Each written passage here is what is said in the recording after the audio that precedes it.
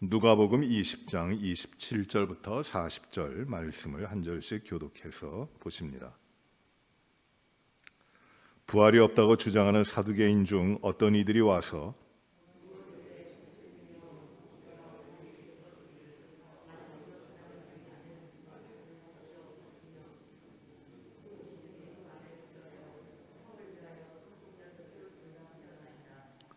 그런데 7형제가 있었는데 마지가 아내를 취하였다가 자식이 없이 죽고 7이 다 그와 같이 자식이 없이 죽고 7이 다 그를 아내로 취하였으니 부활 때 그 중에 누구의 아내가 되리이까?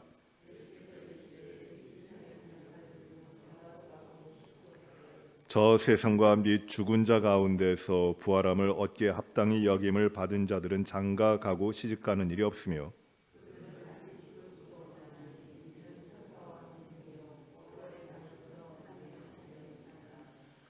죽은 자가 살아난다는 것은 모세도 가시나무 떨기에 관한 글에서 주를 아브라함의 하나님이요 이삭의 하나님이요 야곱의 하나님이시라 칭하였나니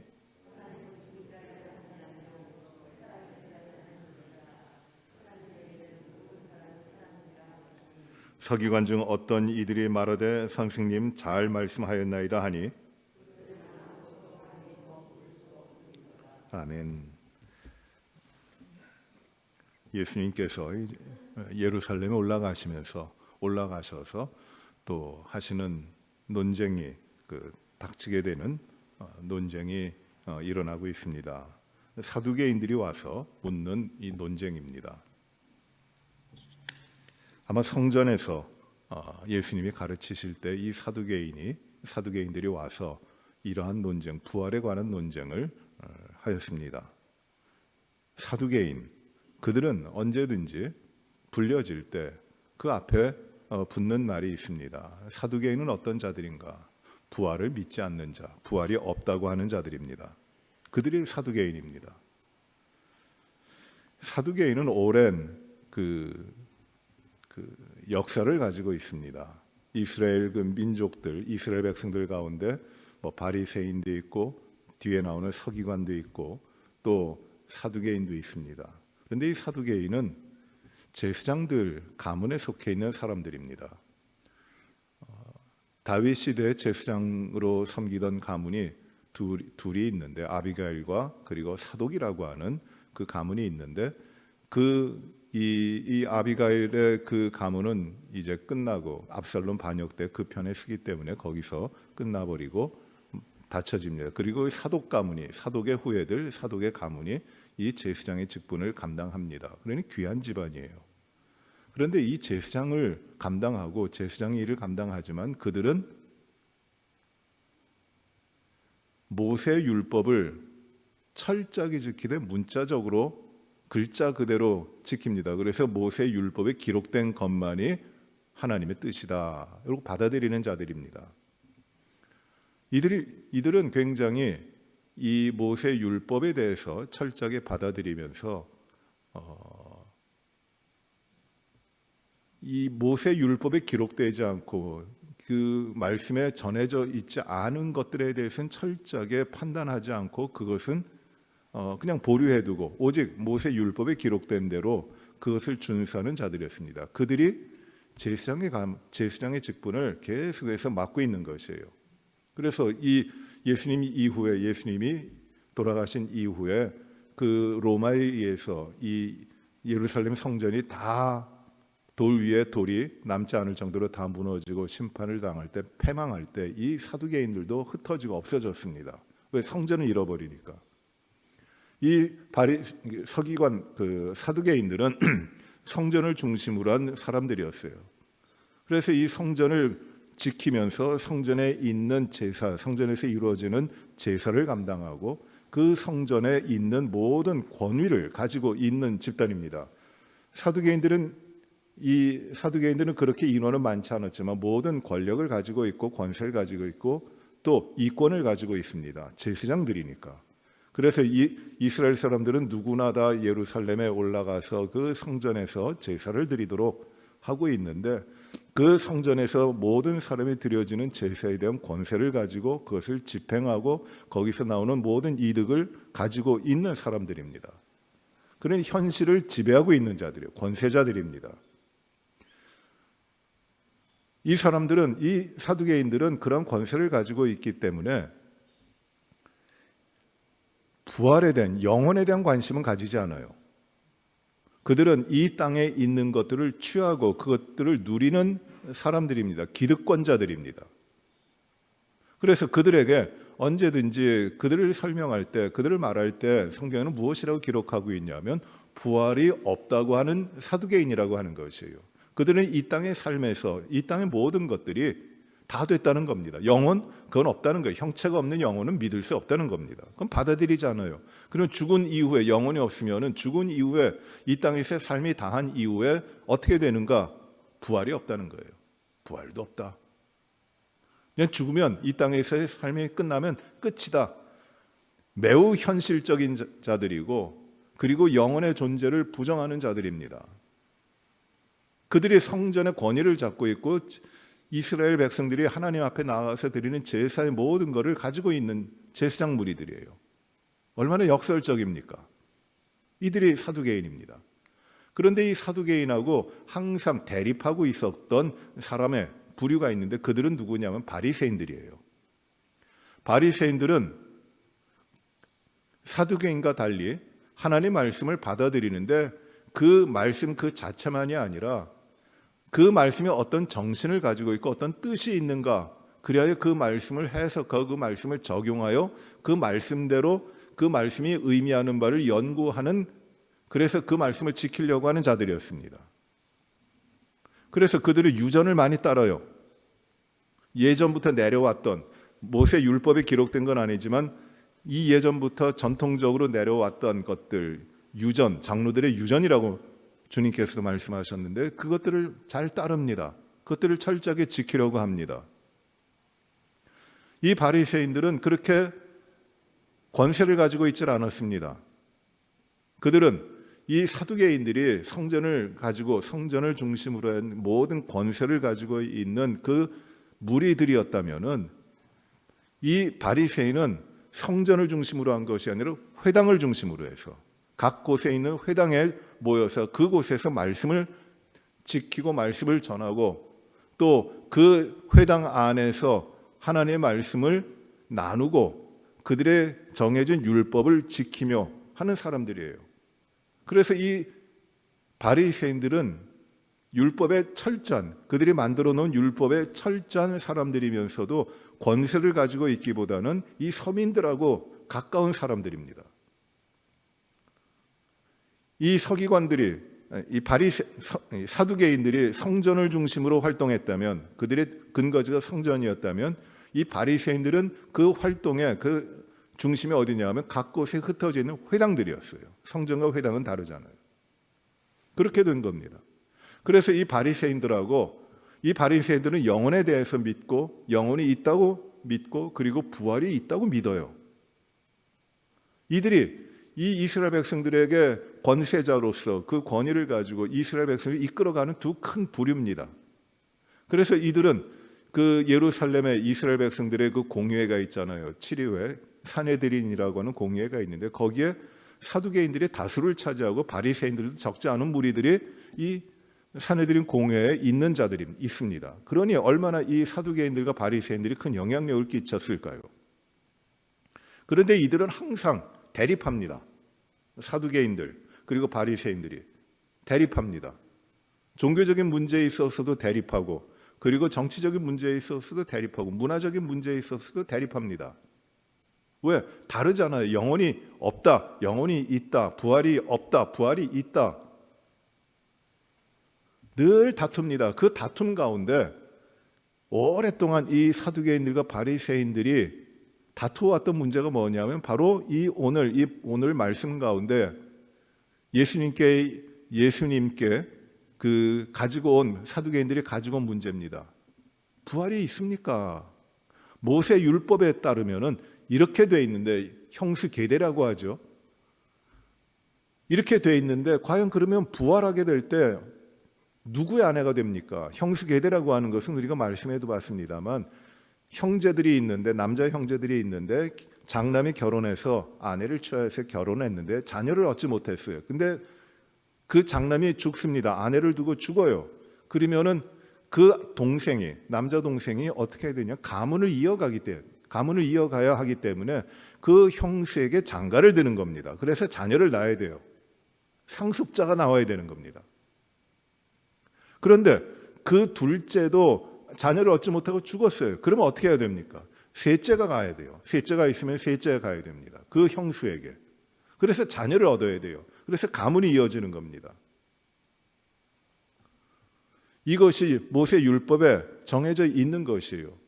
그런데 이 사두개인들이 이 문제를 가지고 형수 계대가 율법인데 그러면은 모두 다 죽어서 일곱 형제가 있어서 한 아내에게, 한 여자에게 장가 들었다가 모두 다 자녀를 얻지 못하고 다 죽었고 이 여인도 죽게 되었는데 그러면 이 죽은 후에 이 여인은 누구의 아내가 되는 겁니까? 일곱 아들에게 다 결혼 시집을 가서 살았으니 일곱 아들들의 모든 아내가 되었으니 부활하면은 누구의 아내가 되는 겁니까? 이 문제를 하는 겁니다. 이거 쉬운 문제 아닙니다.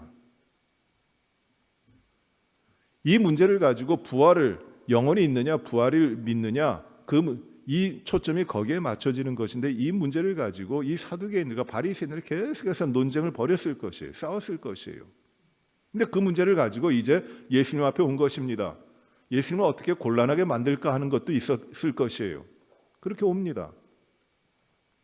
예수님이 이제 예루살렘에 들어가시고 또 갈릴리에서 사역하실 때도 예수님 주변에서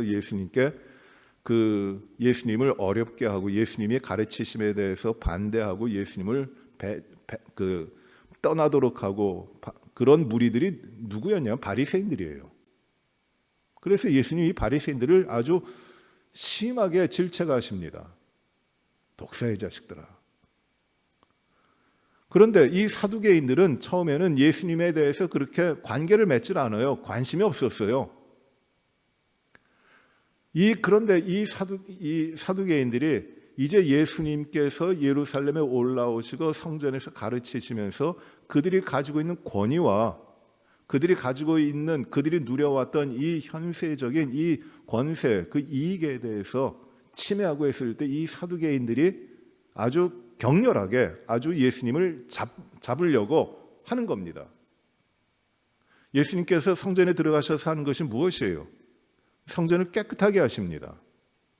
성전뜰에 벌려져 있었던 장사하는 무리들의 상을 다 엎는 것이에요. 내 집은 만민이 기도하는 집이라 일컬음을 받으리라고 하나님이 말씀하셨는데 너희는 장사의 구렬, 강도의 소굴을 만들었다. 그래서 이 장사하는 무리들을 다 내쫓으시는 겁니다. 사두개인들이 이걸 받아들일 수 있으니까 성전에서 장사하는 것은 무엇이냐면 백성들이 제사를 드리기 위하여 성전으로 나오면은 제물을 흠도 없고 다치지도 않고 상처가 없는 제물을 하나님 앞에 드려야 되는데 멀리서 오기 때문에 이 제물들을 가지고 올 수가 없어요. 그러니 성전에 와서 성전에서 제물을 구입해야 되는데 이 막대한 이득을 그 가운데서 이 사두개인들이 취하는 겁니다. 도둑이에요. 로마의 그 시대에 통용되는 화폐로 바꿀 수 있는 게 아니라 살 수 있는 게 아니라 성전에서만 쓰는 그 돈을 바꿔가지고 그 제물을 또 사야 됩니다. 강도의 구려를 만든 것이에요. 그들이 누굽니까? 사두개인들이에요. 이 사두개인들과 예수님이 그들의 권위와 그들이 가지고 있는 권세, 기득권들을 다 부정하고 그들에 대하여 이제 심판의 말씀을 하시니까 이 사두개인들은 그때부터 이제 이 예수님을 어떻게 잡아 죽일까 논의하고 궁리하는 겁니다. 그때에 이제 그토록 오랫동안 앙숙으로서 다투어왔던 바리새인들과 사두개인들이 마음이 하나가 돼요. 어떻게 하면 예수님을 죽일 것인가? 그 가운데 이 사두개인들과 바리새인들이 하나가 되는 겁니다.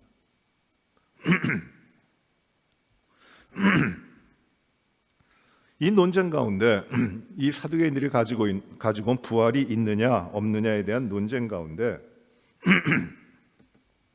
중요한 것은 부활 그 자체가 아니에요. 부활이 있느냐 없느냐에 대한 것이 아닙니다.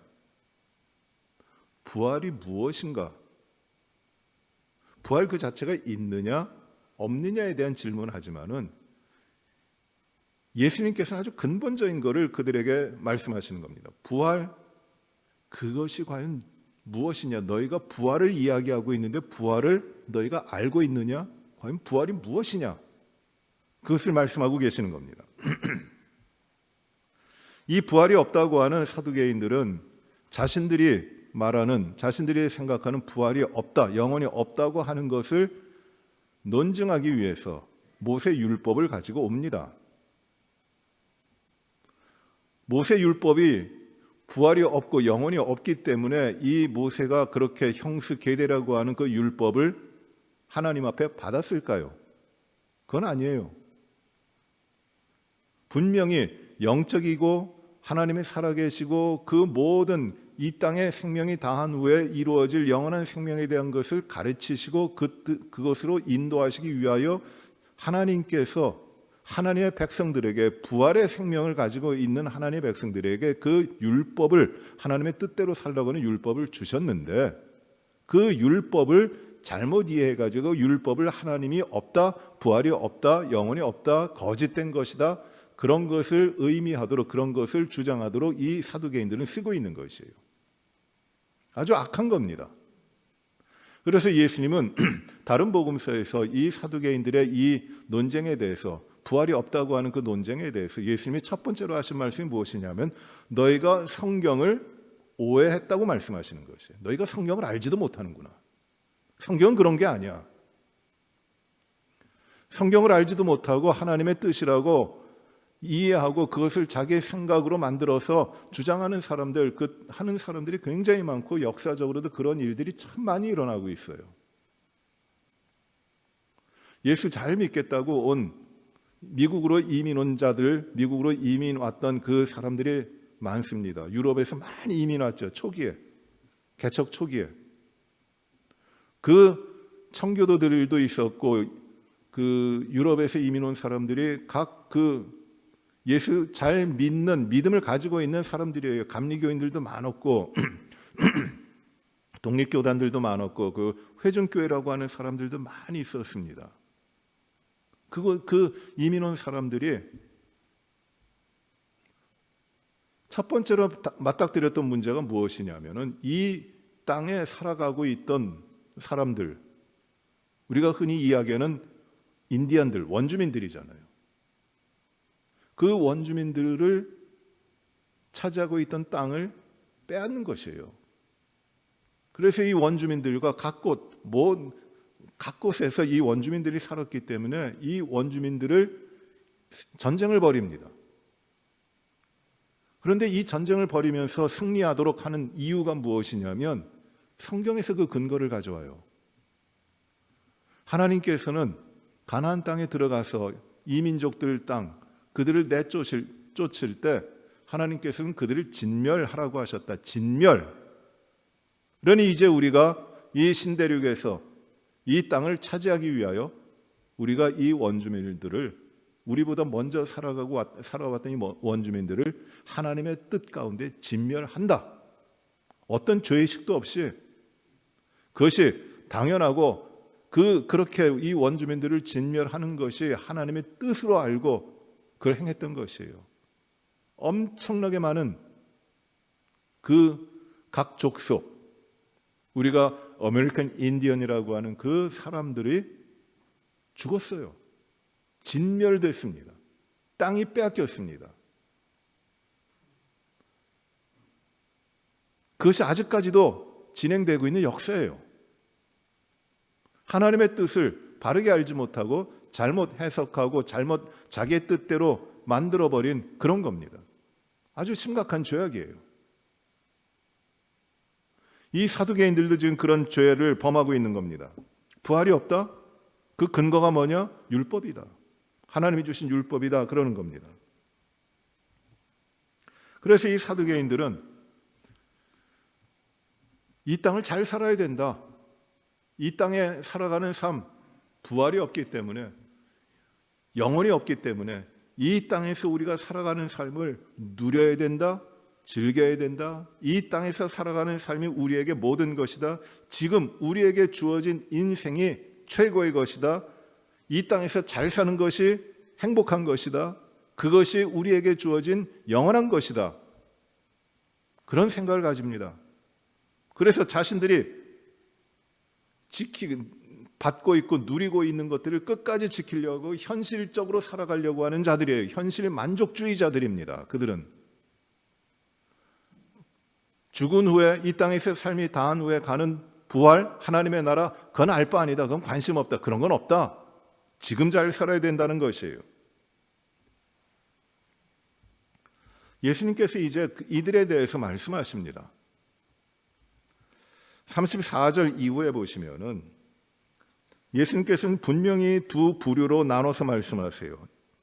34절 이후에 보시면 예수께서 이르시되 이 세상의 자녀들은 장가도 가고 시집도 간다고 말씀하십니다. 거기 분명히 누구라고 말씀합니까? 이 세상의 자녀들이에요. 이 땅에 있는 자녀들입니다. 이 땅에 있는 자녀들, 살아가는 사람들의 삶의 모습입니다. 그들의 삶의 모습이 대표적으로 어떻게 표현되느냐면 장가가고 시집 간다는 것이에요. 일상적인 겁니다. 이게 죄악이라는 뜻이 아니에요. 이 땅에 속해 있는 삶은, 이 세상의 삶은 장가가고 시집가는 것이다.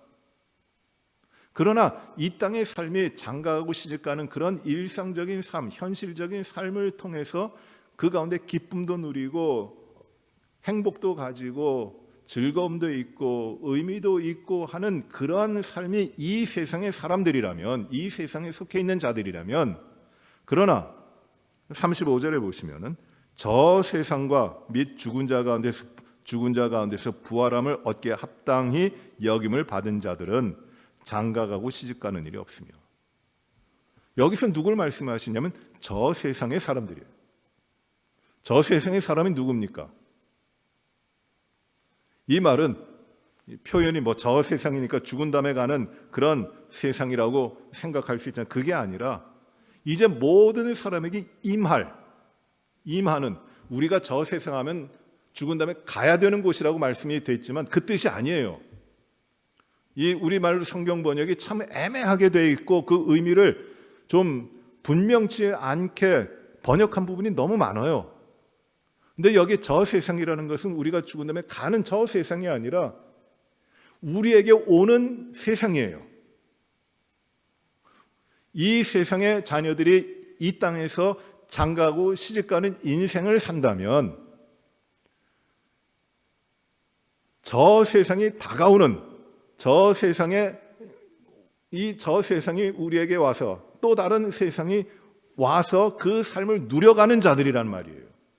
그들은 또 부활함을 얻기에 합당함을 받은 그들은, 그러니 삶이 죽고 난 다음에, 이 세상에서 삶이 끝난 다음에 어디로 가느냐, 그러한 의문이야, 그런 문제가 아니라 이 세상의 삶의 방식과 그리고 이 세상을 따르지 않는 하나님에 속해 있는 부활의 생명을 가진 그 삶의 방식이, 그 삶의 존재가 다르다는 것이에요.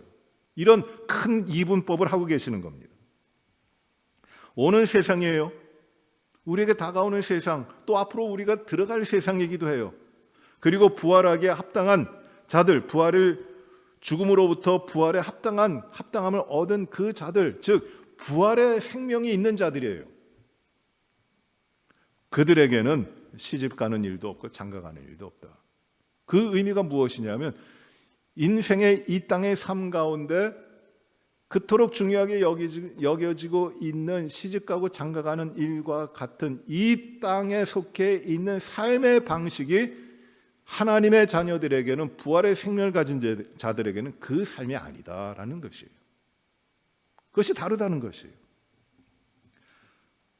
부활의 삶은 그런 것이 아니다.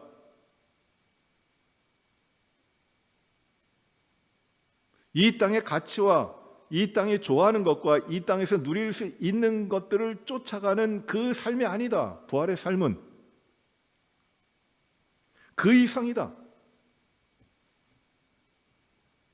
그리고 우리 주님이 또 더 놀라운 말씀을 하십니다.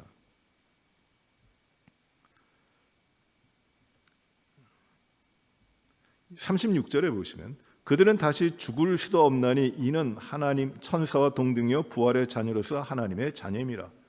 이 부활에 속해 있는 자들, 오는 세상을 가진 자들, 부활의 합당히 여김을 받은 자들, 즉 부활의 생명이 있는 자들은 천사들과 동등이다. 이 천사와 같다라는 말도 아니에요. 이것은 하나님의 자녀라고 말씀하잖아요.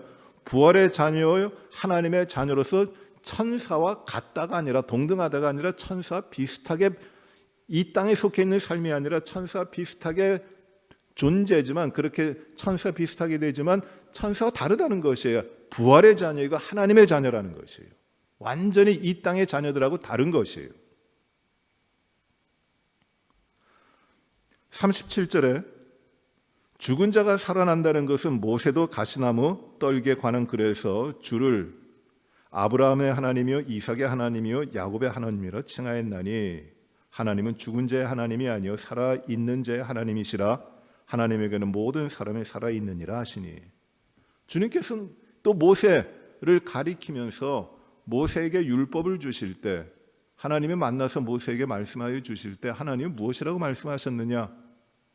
나는 아브라함의 하나님, 이삭의 하나님, 야곱의 하나님이다.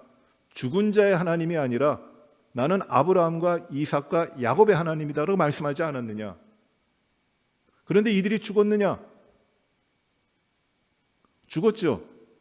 이 땅에 있는 사람들이 볼 때는 부활이 없다고 하는 사람들, 오는 세상이 없고 이 땅에 현실적으로만 모든 것이 끝나버리고 그것이 다라고 생각하는 사람들이 볼 때는 분명히 아브라함과 이삭과 야곱은 죽었어요.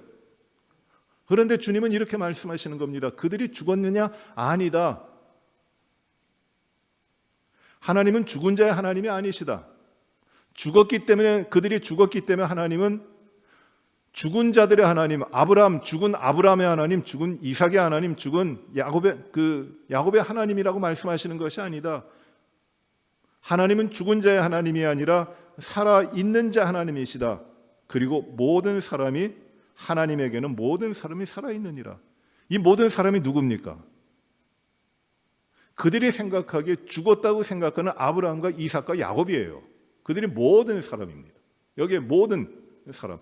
하나님에게는 이들이 죽은 자가 아니다. 하나님에게는 이들이 지금도 부활하고 있는 자, 생명을 가지고 있는 자, 이 땅의 삶의 존재 방식을 따라 살아가고 있는 자들이 아니라 하나님의 생명으로, 부활의 생명으로 살아가고 있는 자들이다. 그들은 지금도 살아있는 자들이다라고 말씀하시는 것이에요. 완전히 다른 차원의 말씀을 하시는 겁니다. 그들은 더 이상 죽지 않는다. 부활의 삶은 죽는 것이 아니다. 사는 것이다. 하나님은 죽은 자의 하나님이 아니라 살아있는 자의 하나님이시다. 그 생명을 주신다는 것이에요. 죽음의 권세, 이 세상이 좋고 즐겁고 이 땅에서 누릴 수 있는 것이 많이 있다고 할지라도 그건 다 죽은 것이다. 오래가는 것 아니다. 하나님은 이 죽은 자들의 하나님이 아니라 부활의 생명을 가진 자들은 살아있는 것이다. 하나님은 살아있는 자들, 그 하나님의 자녀들, 부활의 자녀들의 하나님이시다 라고 말씀하는 겁니다.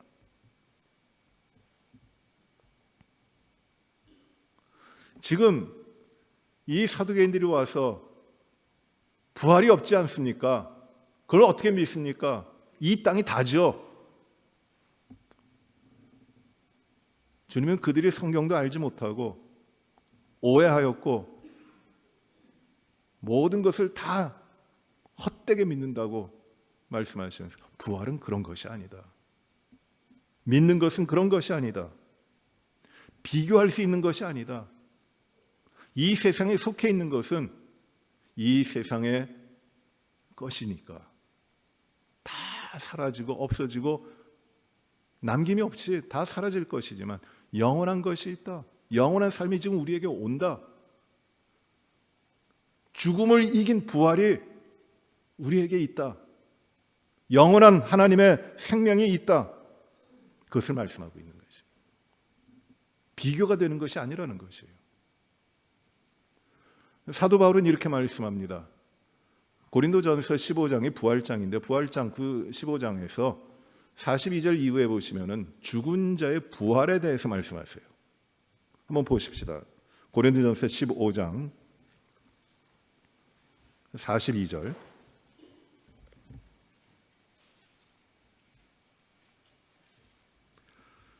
이렇게 말씀하죠. 죽은 자의 부활도 그와 같으니 썩을 것으로 심고 썩지 아니할 것으로 다시 살아나며 욕된 것으로 심고 영광스러운 것으로 다시 살아나며 약한 것으로 심고 강한 것으로 다시 살아나며 육의 몸으로 심고 신령한 몸으로 다시 살아나나니 육의 몸이 있은즉 또 영의 몸도 있느니라. 신령한 몸이 있는 것이에요. 이 세상 사람들, 그들은 죽은 자들이에요. 그러나 부활한 자들은, 부활이 무엇이냐면 이 죽은 것, 썩을 것, 약한 것, 욕된 것, 육체, 물질적인 것, 그것이 아니라는 겁니다. 부활, 죽은 자가 부활한다고 하는 것, 생명으로 다시 산다고 하는 것, 참된 삶을 산다고 하는 것은 썩지 않은 것, 그것으로 사는 것이고, 그리고 영광스러운 것으로 사는 것이고, 강한 것으로 사는 것이고, 영으로 사는 것이다. 이게 부활이다.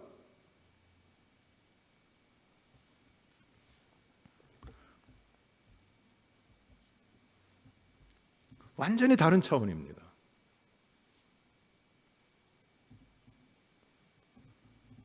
주님께서 우리에게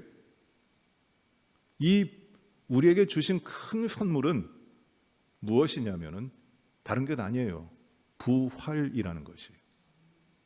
다시 산 겁니다. 죽은 자 가운데 있는 것이 아니에요. 부활한 것이에요. 우리가 이 땅에서의 생명이 다한 다음에 떠나면 얻게 될 부활, 그것만이 아니라 그건 분명히 우리에게 주님이 주십니다. 약속하셨어요. 그러나 참된 부활은 우리에게 지금 우리들의 삶 가운데 오시는 것이에요. 우리에게 덮어 씌워지는 것이에요. 이 땅에서도 죽음 가운데 살지 않고 죽음을 이기신 부활의 생명으로 살아가도록 하시는 것입니다. 그래서 우리를 가리켜 무엇이라고 말씀하시냐면 부활의 자녀라고 말씀하시는 것이에요. 부활의 자녀가 누구냐면 하나님의 자녀인 것이에요. 이 세상의 가치와 이 세상의 판단과 이 세상의 기쁨과 즐거움에 좌우되고 그것에 목매달고 그것을 위하여 살아가는 것이 아니라 예수 그리스도께서 우리에게 죽음을 이기고 죄의 권세를 이기셨기 때문에 우리는 죽음을 따라 살아가는 자들이 아니라 부활의 생명을 가진 자들이기 때문에 부활이 오늘 나의 삶에서 이루어지고 있기 때문에 날마다 주님과 함께 이 부활의 생명으로 살아가도록 한 자들이에요. 이게 다른 겁니다. 이 부활의 삶을 누리지 못하는 자들, 그들은 언제까지든지 이 땅에 속해서 이 땅에 있는 것들을 자랑하고 그것을 즐거워하면서 이 부활의 삶이 무엇인지를 깨닫지도 못하고 바라보지도 못하고 살아가는 것이에요. 이게 사두개인들이에요. 모세 율법을 이야기하고 하나님을 이야기하지만 그들은 이 땅의 사람들이에요. 매우 현실적인 사람들입니다.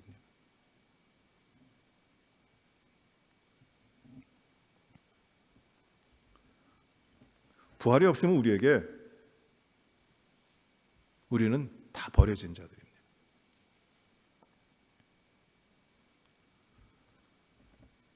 지난주에 한 두 달 전에 아내를 먼저 주님의 품으로 보내신 가정을 신방을 갔어요. 그래서 가족들과 함께 예배를 드립니다. 남편 되시는 분이 얼마나 상심되셨겠어요. 자녀들도 그렇지만. 돌아가신 분은 그 아내, 즉 자녀들의 어머니는 93세에 돌아가셨어요. 호상이죠. 자녀들의 극진한 효도를 받으시고 돌아가셨어요. 그리고 남아 계신 남편, 자녀들의 아버지는 95세이십니다. 그런데 그 아내를 잃고 마음이 얼마나 허전합니까? 다 잃어버린 것 같고 이제 어떡하지? 다시 볼 수가 없겠구나. 그분이 예수님을 모르셨던 분이 아니에요. 똑똑하신 분입니다. 말씀도 잘 아시는 분이었어요. 기도도 잘 하십니다. 그런데 아내를, 나이가 많으셨지만 이 아내를 먼저 떠나보내고 낙담하고 계시는 것이에요. 다시 못 볼 것 같아요. 예배를 드리면서 골로새 3장에 나오는 말씀으로 부활이 무엇인가? 살아있다고 하는 것이 무엇인가? 우리가 살아가는 것은 어떤 것인가? 말씀을 나눴습니다. 골로새 3장 1절부터 4절에 보시면 바울은 너희가 그리스도와 함께 다시 살리심을 받았으면 부활을 이야기하는 것이에요. 너희가 부활의 생명이 있으면 그러면 어떻게 하라? 위의 것을 찾으라 그래요. 위의 것 찾으라. 땅의 것 생각하지 말라. 위의 것을 바라봐라. 위의 것을 찾으라. 그 위는 어떤 곳이냐면 예수 그리스도 우리 주가 계신 곳이다. 그런 위를 바라봐라. 땅의 것 가운데 살아가지 말라. 위를 바라봐라. 거기 그리스도가 계시다. 그리고 하나님 안에서 그리스도 안에 그리스도로 말미암아 하나님 안에서 감추어진 생명이 거기 있다. 즉 예수 믿고 예수 그리스도의 그 은혜를 받은 자로 하나님의 자녀가 됐고 부활의 생명을 누린 자들은 지금 이 땅을 떠나서 죽음이라고 하는 것을 겪고 이 땅을 떠났지만 지금 그는 어디에 있느냐 하면 부활이기 때문에 다시 살기 때문에 저 위에 주님과 함께 주 하나님의 품 안에서 살아있는 것이다. 그러니 주님께 그 말씀은 이렇게 말씀하시는 것이 이 땅의 것 생각하지 말고 그거는 이 땅의 것은 이 세상에 속해 있는 자들이 부활이 없는 자들이 부활의 생명을 가지지 못한 자들이 이 땅의 것을 얻기 위해서 발버둥치며 살아가는 그 세상이니까 그 세상 바라보지 말고 우리의 영원한 생명이 있고 부활의 생명이 감추어져 있고 우리가 영원히 누리게 될 이 부활의 생명이 있는 저 위를 바라보라고 말씀하시는 거죠. 95세 된 할아버지,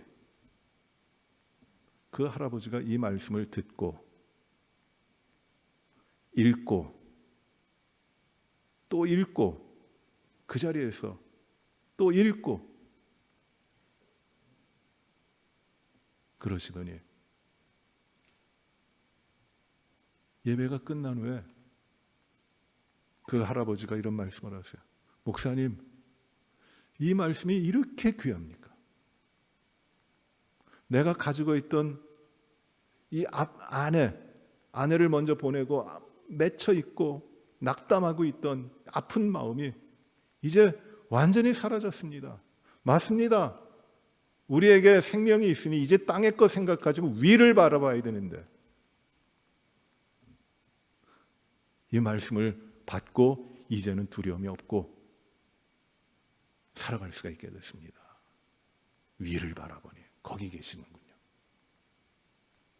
소망이 있게 돼요. 부활의 삶입니다. 여러분 이 생명의 삶 오늘 보시면은 오늘 거 보시면은 뒤에 이 하용조 목사님의 책에서 인용한 글이 나와요. 이 책은 믿음은 기다림으로 완성됩니다. 믿음은 기다림으로 완성됩니다라고 하는 책인데 이 책은 하용조 목사님이 돌아가시고 그 설교를 모아서 이 믿음과 믿음에 대한 걸 이렇게 그가 돌아가신 후에 3년 후에 그 글을 모아가지고 만든 책이에요. 유고를 만든 것이라고 볼 수 있습니다. 근데 굉장히 귀한 책이에요. 그 가운데 나오는 글입니다. 부활에 대한 면을 말씀하고 있는 것이에요. 이런 이런 말씀을 합니다. 거기에 내일이 확실한 사람은 오늘 삶이 분명합니다. 내일이 확실한 사람은 오늘 삶이 분명합니다. 내일이 무엇이에요? 우리에게 내일이 나하고 관계없는 멀리 있는 내일이 아니라 내가 지금 이 순간 다음에 살아가야 될 바로 그 현실이에요. 그런데 내일이 분명한 사람은 어떤 사람이냐면 부활을 가지고 있는 사람들이에요. 그 예수 그리스도로 말미암아 살아난 이 땅의 것들에 속하지 않고 이 땅의 것들을 만족하지 않고 이 땅의 삶이 내가 이 땅에서 잘 돼 보려고 노력하며 발버둥치며 살아가는 그 삶이 아니라 하나님이 나에게 오시고 그 부활하신 생명으로 살아가게 될 내일이 있는 사람, 즉 부활이 있는 사람은 오늘 살아갈 이유가 분명합니다. 내일이 없는 사람은 오늘 막 살아요. 부활이 없는 사람은 이 땅 가운데 썩어질 것들을 추구하고 그대로 살아갑니다. 그리고 다 심판당할 것이에요. 불면 날아가 버릴 이 땅에 모든 것들이 다 불타버릴 것들이 나를 지켜주지 못할 어떤 것도 아무것도 없는데 그것을 얻으려고 그것을 지키려고 발버둥 치다가 내일이 없이 살아가고 말 겁니다. 소망이 없죠.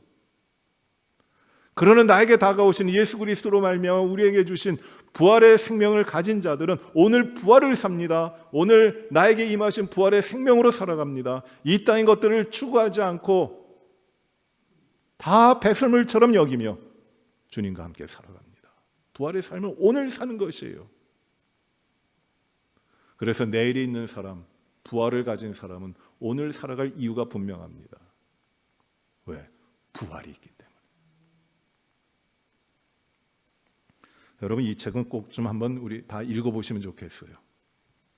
믿음은 기다림으로 완성됩니다. 사랑하는 성도 여러분, 사두개인들이 참 어리석어요. 가장 분명한 영혼과 영생과 부활을 자기 자신들의 가치, 자기 자신들의 삶을 지키기 위해서 부정해버리는 것이에요. 그것도 하나님 말씀을 끌어다가 악합니다. 그런데 여러분 이 사두개인들의 이 삶이 오늘 우리들에게도 없지 않아요. 점검해 봐야 됩니다. 우리는 부활을 믿는다 하면서 부활을 가진 하나님의 백성이라고 해서 우리의 현실적인 우리의 실제적인 삶에서 얼마나 부활을 인정합니까? 부활이 우리들의 삶을 이끌어가는 생명의 근원입니까? 삶의 이유입니까? 이 부활로 우리에게 다가오는 이 세상의 삶이 아니라 우리에게 부활로 다가오는 그 삶을 바라보고 그 삶으로 살아갔습니까? 또 살아가고 있습니까? 노미널 크리스찬이라는 말을 예전에 굉장히 많이 썼습니다. 이름뿐인 크리스찬들. 이름만 크리스찬이에요. 호적 조사할 때, 인구 조사할 때, 뭐 인포메이션 할 때 종교를 물으면 기독교인 이렇게 쓰고 믿는다고 하면서도 아무런 믿음의 삶을 살아가지 못하는 그야말로 이름뿐인 이 땅의 가치를 가지고 이 땅의 것들을 추구하면서 나 잘 되려고 살아가고 있는, 하나님 없이 나만 잘 되려고 살아가고 있는 이 사두개인 같은 부활이 없다고 하는 그런 믿음의 삶을 살아가는 모습들이 혹 우리들에게 있지 않습니까? 아, 사두개인 못됐다. 우리는 그런 이해를 가지는 것이 아니라 오늘 말씀을 통해서 예수 그리스도 우리 주님이 주신 영원한 생명 부활이 우리에게 왔으니 우리가 하나님의 자녀가 되었으니 부활을 누리는 하나님의 자녀가 되었으니 이제는 이 땅의 가치, 이 땅의 자랑 그것들은 다 초기와 같이 버리고 내려놓고 주님의 자녀답게 부활의 생명으로 내일을 바라보고 영적인 삶으로 우리가 주님과 함께 주님 기뻐하시는 삶을 살아가도록 우리 자신들을 다시금 결단해야 되는 것이에요.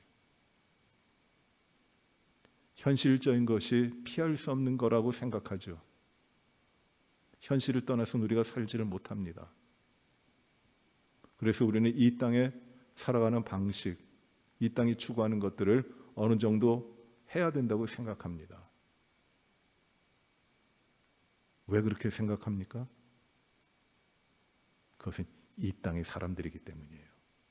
이 땅의 법칙이 지배하고 있기 때문입니다. 그러나 여러분, 우리가 생각하는 이 세상이 말하는 현실적인 것, 삶의 구체적인 정황 가운데 보다 훨씬 더 현실적이고 가장 분명한 것은 무엇이냐면 하나님이 우리를 사랑하시고 하나님이 우리를 그의 생명으로 구원해 주셨다고 하는 것이에요. 이것보다 더 현실적인 것이 어디 있습니까? 멀리 있는 것이 부활이 아니라, 죽은 다음에 이루어질 것이 부활이 아니라, 예수 그리스도께서 십자가의 죽으심으로 우리의 모든 죄를 용서하시고 깨끗게 하시고 하나님의 자녀 만드시고 부활의 자녀로 우리를 이끌어 주셨고, 저 멀리 있는 세상이 아니라 그 하나님의 나라가, 하나님의 통치가, 하나님의 생명이 우리 안에 들어와 이 세상을 따라 살지 않고 우리에게 들어오신 하나님의 세상으로 살아가도록 하시는 것이 우리에게 가장 현실적인 것 아니에요. 이걸 어떻게 부정하겠습니까? 가장 현실적인 것. 그것이 바로 부활의 삶이라는 것이에요. 우리가 오늘 이 말씀을 통해서 우리에게 주신 이 부활을 다시금 생각하고 깊이 생각하고 부활을 누리셔야 됩니다. 부활의 생명으로 살아야 됩니다. 세상에 지지 마십시오. 이 세상의 자녀로 살아가던 삶의 모습을 다 내놓으세요. 버리세요. 사도 바울이 배설물과 같이 이 세상의 모든 지식에 모든 것들을 다 배설물과 같이 버렸듯이 세상의 자녀로서의 삶의 모든 것을 버려진 거잖아요. 그것이 우리는 부활의 자녀이고 하나님의 자녀이기 때문에, 부활을 가지고 있는 자들이기 때문에 이 부활의 생명으로 살아가야 됩니다. 이것이 믿음의 삶이죠. 우리가 이 믿음의 삶으로 부지런히 나아가시기 바랍니다. 이 사순절에 우리가 더욱더 주님 앞에 나아가며 예수 그리스도로 말미암아 우리에게 주신 이 부활의 생명을 살아가도록 인도하여 주시옵소서. 우리의 생각과 모든 판단이 오직 부활로 주님 앞에 살게 하여 주시옵소서. 기도하시며 나가시는 우리 모든 분들이 되시기를 주의 이름으로 축원합니다. 기도합시다. 아버지 하나님, 예수 그리스도 안에서 우리에게 부활을 주셨으니 감사합니다. 부활이 없다 하는 사두개인들, 그들은 자신의 이야기를 하고 있는 것이고 자신의 즐거움을 지키려고 자기들의 권세를 지키려고 하는 이기적인 죄악의 모습을 저희가 봤습니다. 부활은 우리가 있다고 해서 있어지는 것도 아니고 부활이 없다고 해서 부정되는 것도 아닌 하나님의 생명이 우리에게 들어오신 것입니다. 주님, 예수 그리스도께서 우리를 위해 십자가에 죽으심으로 천하의 미물만도 못하고 냄새나는 이 부패한 인간들, 저희들에게 예수 그리스도의 생명의 부활, 하나님의 자녀됨, 이 거룩한 선물을 저희들에게 주셨으니 감사를 드립니다. 이제는 우리들의 모든 삶에서 부활이 없다 하는 사두개인들처럼 살지 말고 부활이 우리에게 오셨고 하나님의 나라가 우리 가운데 임하였고 주의 생명으로 살게 하셨으니 이 땅 가운데 우리의 삶이 부활에 합당한 삶으로 이루어지게 하시고 그 가운데 기뻐하게 하시고 우리의 모든 가치와 소원과 희망이 이 부활하신 부활의 생명 가운데 있게 하여 주시기를 간절히 기도합니다. 이 세상을 이기게 하여 주시옵소서. 부활의 생명으로 날마다 주 안에 승리하며 살아가는 거룩한 하나님의 백성들이 되게 하여 주시옵소서. 예수님 이름으로 기도하옵나이다. 아멘. 하늘에 계신 우리 아버지여, 이름이 거룩히 여김을 받으시오며 나라의 임하옵시며 뜻이 하늘에서 이루어진 것 같이 땅에서도 이루어지이다. 오늘날 우리에게 일용할 양식을 주옵시고 우리가 우리에게 죄 지은 자를 사하여 준 것 같이 우리의 죄를 사하여 주옵시고 우리를 시험에 들게 하지 마옵시며 다만 악에서 구하옵소서. 대개 나라와 권세와 영광이 아버지께 영원히 싸움나이다. 아멘.